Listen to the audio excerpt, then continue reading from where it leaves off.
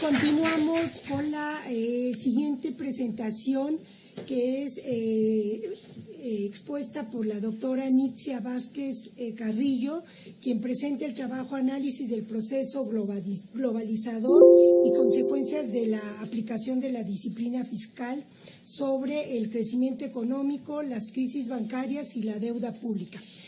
La doctora Nitzia Vázquez Carrillo pues tiene el doctorado y la maestría en Economía por la Facultad, tiene la licenciatura de Contaduría por la Facultad de Contaduría, es una experta en cuestiones fiscales, tanto nacionales como internacionales, y pues libros muy importantes sobre precisamente el sistema financiero mexicano y auditorías fiscales. Entonces tenemos a una gran experta aquí, ella es profesora de la Facultad de Economía.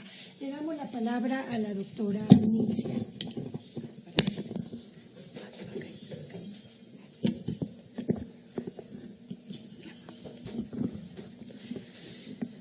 Buenas tardes a todos, pues agradecer por estos foros y por la invitación a participar. Lo que voy a presentar es las conclusiones sobre una serie de trabajos que yo he venido realizando en materia de política fiscal, de sistema financiero y de crecimiento económico. Al respecto, pues en los antecedentes, simplemente, perdón, ¿me pueden pasar el control? Mil perdones. Gracias. Al respecto, les puedo abordar muy rápidamente los antecedentes, no como proceso histórico, sino para que veamos que en realidad México ha considerado la deuda y la política fiscal no como una herramienta de crecimiento, sino como parte del modelo de inserción en la globalización financiera, del cual no quisimos hacer variantes, es decir, pudimos haber aprovechado cuestiones como el bono demográfico y el uso de la deuda para infraestructura para cambiar el modelo y producir y crecer. Y en realidad no lo hemos logrado.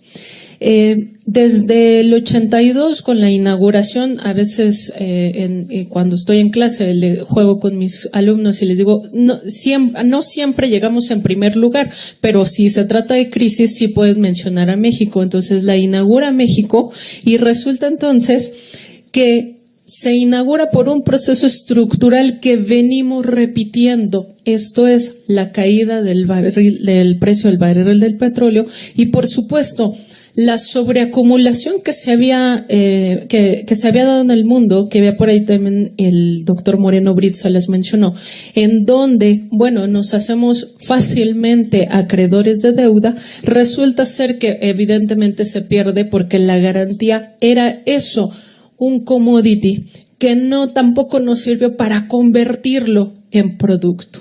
En ese sentido, pues el gobierno mexicano se niega a realizar reforma fiscal que eleve los ingresos, y no estoy planteando, incluso para la administración que viene, el hecho de, pues subamos los impuestos y de ahí vamos a tomar mayores ingresos. No, lo que pasa es que tenemos otra herramienta que es incrementar la base fiscal. A pesar de las reformas, la más reciente con el registro de incorporación fiscal, y tratar de atraer más contribuyentes a nuestra base fiscal, lo cierto es que son los mismos que ya se tenían por sueldos o salarios, por honorarios, por arrendamientos, y lo único que hiciste es hacerles un esquema simplificado para que no pagaran mensualmente, sino pagasen bimestralmente. Entonces, no estás incrementando de facto la base fiscal. Y si nos vamos a las empresas, el problema está en que se tiene la información. Por ejemplo, yo quisiera saber cuántos hombres y mujeres, cuántas personas morales y su estatus legal están cotizando y están pagando impuestos. Esa información la tenemos, pero si ustedes la buscan públicamente y comparativa, no la van a encontrar comparativa. A eso nos negamos en parte a la hora de realizar reforma fiscal.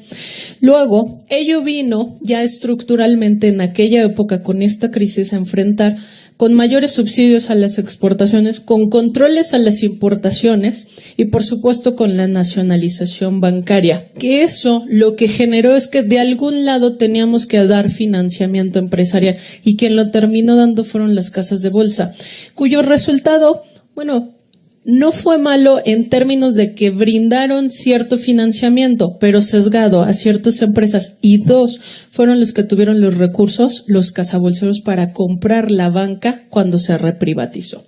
En este sentido, la reprivatización pues viene con inexpertos en el mercado, poca regulación, poca supervisión en ese mercado y pues la consecuencia, crisis bancaria, donde además tuvimos que las tasas de interés llegaron al 175% en términos reales. Eso para cualquier cartera de crédito era un costo financiero brutal y eso fue lo que pasó, adicional a los préstamos relacionados, del cual hay amplia evidencia en la Cámara de Diputados y Senadores, pueden ver las cifras. Bien, en conjunto, bueno, ¿qué tenemos, por ejemplo, en el sistema financiero? Porque viene el sistema financiero y me dice, bueno, te lo reprivatizo. Por otro lado, voy cambiando los esquemas de política monetaria y resulta ser que el Tratado de Libre Comercio estipulaba controles a la entrada de capital extranjero que se iban a acabar hasta 2024. No fue así y prácticamente en 1997 acabamos con una banca extranjerizada. Así de rápido lo tuvimos que hacer. Entonces, si comparamos las épocas, pues a ver, época de dominio estatal. ¿Y qué pasa con la banca? Está ampliamente concentrada en básicamente 6 instituciones. Nos vamos del 95 a 2000. Ya dejamos al mercado, ya cambiamos el paradigma. ¿Y qué pasó con la concentración en ese mercado? Igualitos, 80% y siguen concentrados en, nada más le cambiamos de nombre a los bancos y a algunos el origen del capital. Y si nos vamos un poquito más actual, 2018 con cifras actuales, ¿qué tenemos? Exactamente lo mismo o peor, porque ahora llegamos a 95% si lo ven desde activos, desde carteras, desde el número de sucursales. Ok, ¿y qué están haciendo estos bancos con la deuda pública? Tenemos y hemos encontrado que resulta ser entonces que los bancos, desde la reprivatización hasta la fecha, podemos mostrar cómo de pronto se convierten, pues por supuesto, en los compradores primarios de esa deuda pública. Segundo, una fase en donde invirtieron bastante en derivados, claro. Y finalmente entonces se les pregunta, bueno, ¿y qué pasó con el financiamiento empresarial?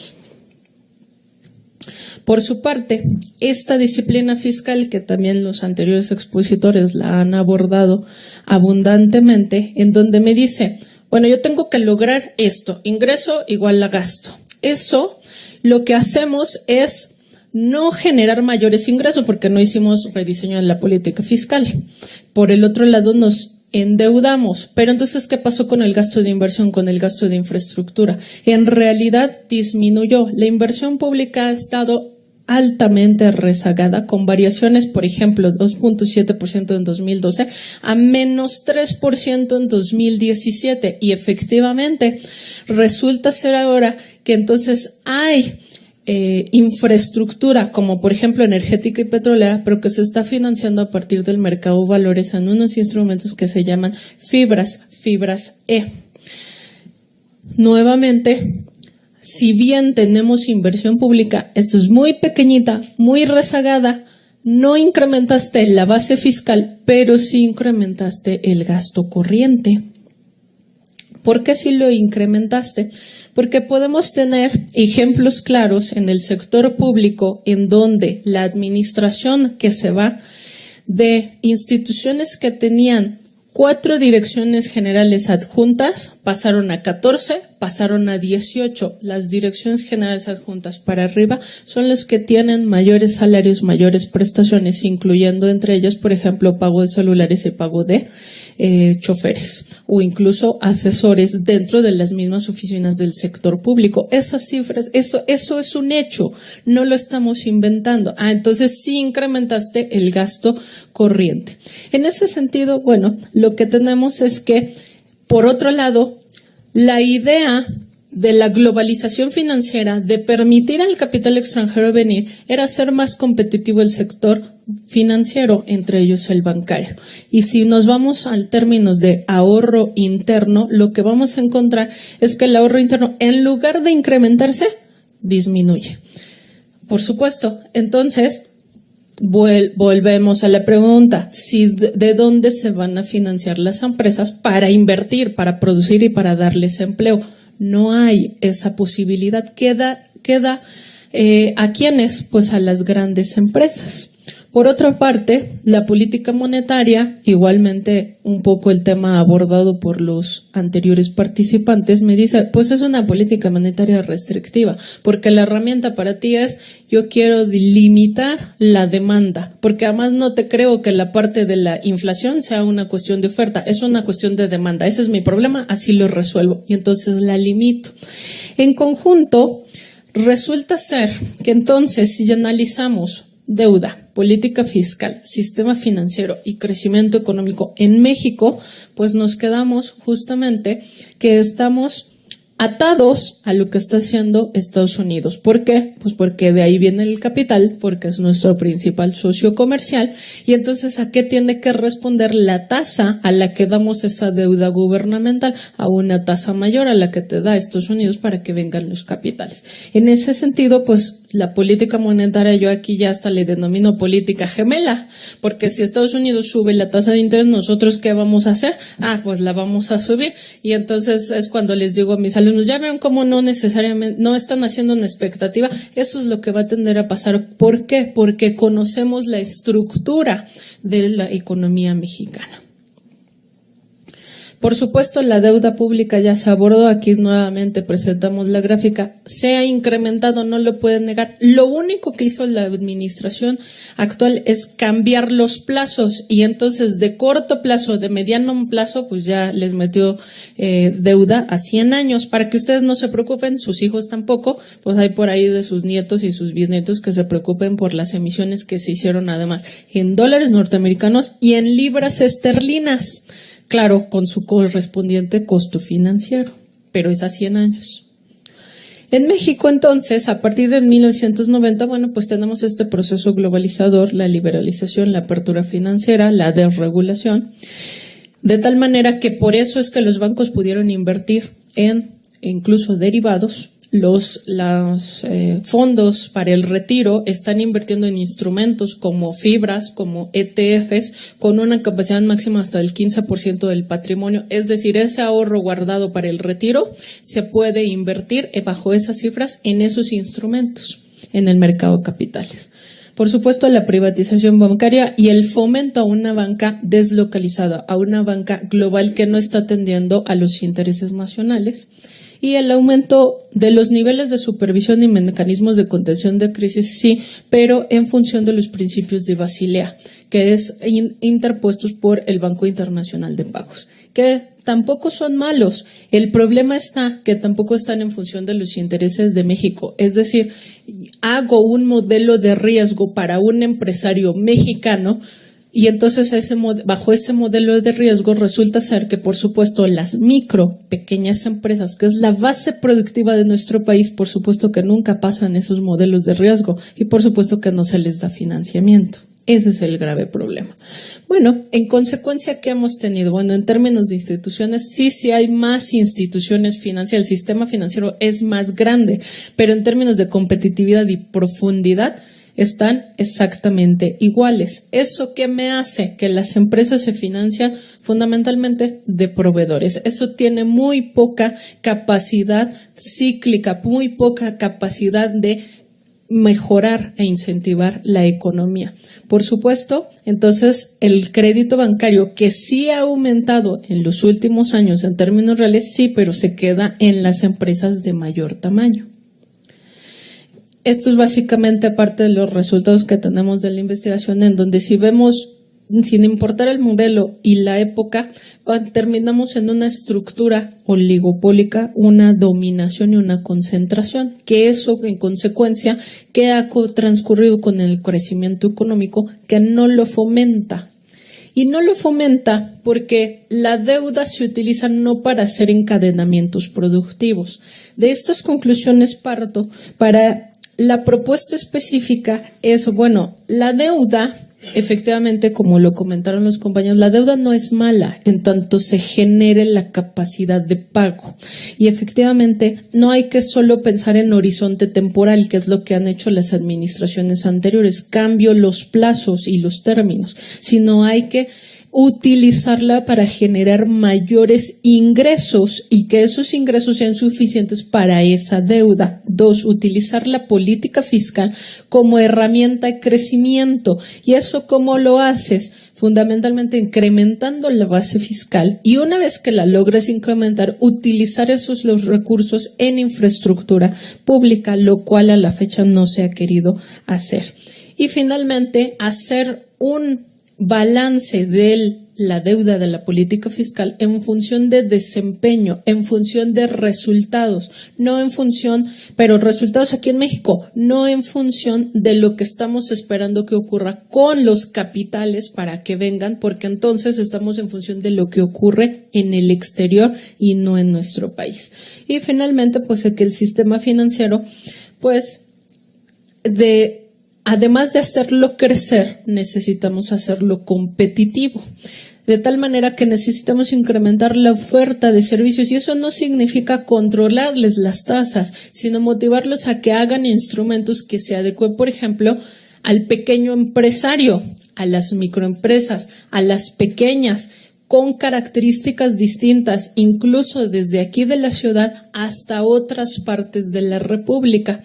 ¿Por qué? Porque no es lo mismo el empresario que está aquí en la Ciudad de México que el empresario que está en Durango, en Coahuila, Chihuahua. Enfrentan condiciones diferentes y los servicios financieros deberían adecuarse a esas características de esos empresarios y no al revés, no que sea una gama de servicios financieros homogéneos y entonces ustedes llegan a la banca, bueno, ¿te queda o no te queda? Si no te queda, muchas gracias y lleva tu dinero a otra parte y no me interesa. No, es que debería ser la visión del otro lado en función del desempeño que brinden esos servicios financieros a las personas, a las empresas, para que realmente se vayan a la infraestructura y a la producción.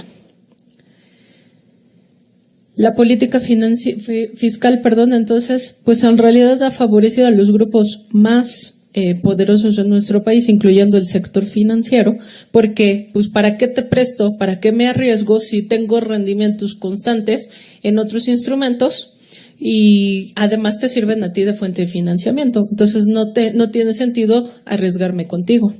Y cuarta y última, adicional a esta parte de política fiscal y sistema financiero con crecimiento económico. Para que haya crecimiento económico debe de haber encadenamientos productivos y para que haya encadenamientos productivos debe haber una política industrial activa, es decir, sentarnos a mirar y hacer una planeación estratégica. Es una metodología desde CEPAL que nos dice, te tienes que sentar y poner la misión, la visión, los objetivos estratégicos de tu país y decirme en qué eres bueno, a dónde quieres llegar y cómo vas a hacer esos encadenamientos para lograrlo. Es lo que no tenemos en México. Tenemos muy buenos sectores productivos, pero no todos están encadenados. Entonces es claro, es como si a unos los pongo a hacer hilos, a otros los pongo a hacer tela.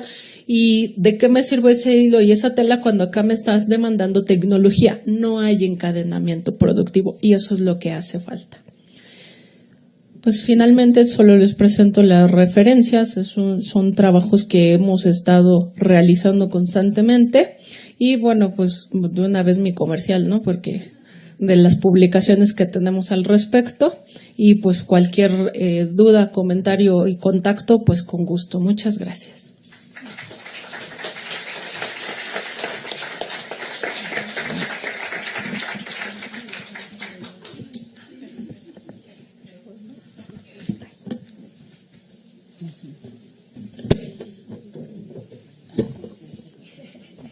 Gracias.